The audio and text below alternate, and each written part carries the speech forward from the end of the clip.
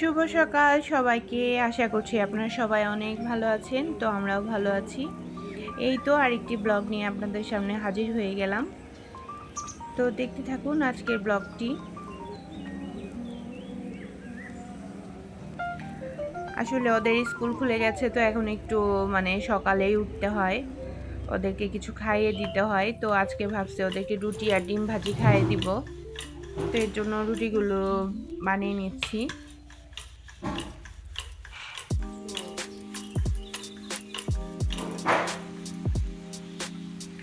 বাচ্চাদের সকালবেলা খাবার খাওয়ানো একটু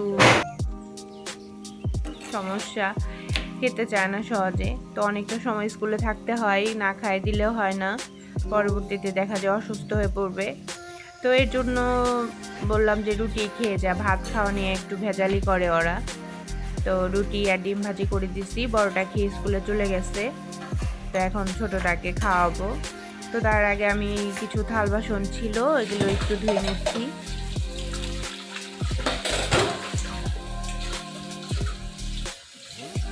আসলে সকালের কাজগুলো শেষ করে একটু গুছিয়ে রেখে গেলে হয় কি, এসে নিয়ে রান্না করাটা সহজ হয়ে যায়, ওই দিকটা আমার গুছানো হয়। তো এর জন্যই আর কি সকালের কাজ সকালেই শেষ করে যাই। আবার এসে রান্না করে আবার বিকালবেলা শ্যামাকে নিয়ে কোচিংয়ে যেতে হয়।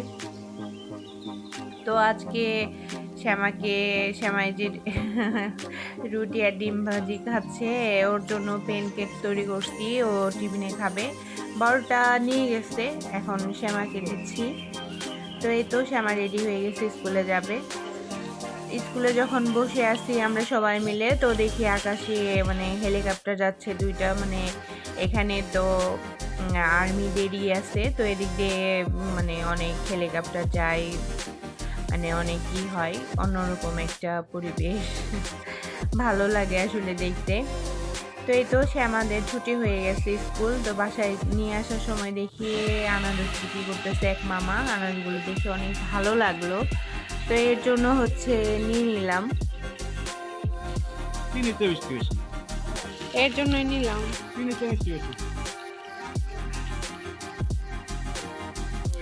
গরমের সময় একটু এই টাইপের ফলগুলো খেতে ভালো লাগে, বা ওদের দিই আর কি, ভালো লাগে গরমে একটু শান্তি।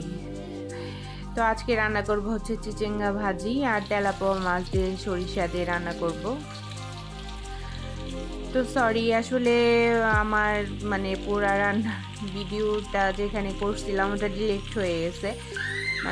শ্যামা কি যেন চাপতেছিল, ওটা ডিলিট করে ফেলছে, এই জন্য দেখাতে পারলাম না। তো যাই হোক, রান্নাবান্না শেষ করে সব কাজ গুছিয়ে বিকালবেলা একটু সামনে জমি আছে, সেই নামাই গেলাম আর কি সবাই মিলে।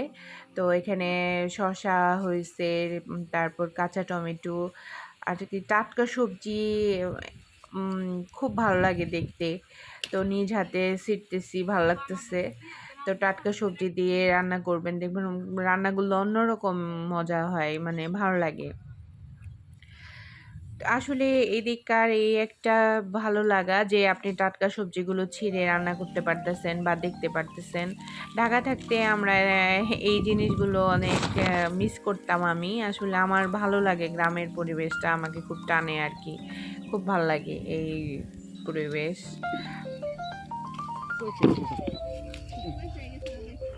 আমি আসলে গ্রাম ভালোবাসি, সত্যি কথা বলতে। শহরে তেমন একটা থাকতে ভালো লাগে না। তো যাই হোক, আজকের ভিডিওটি এ পর্যন্তই।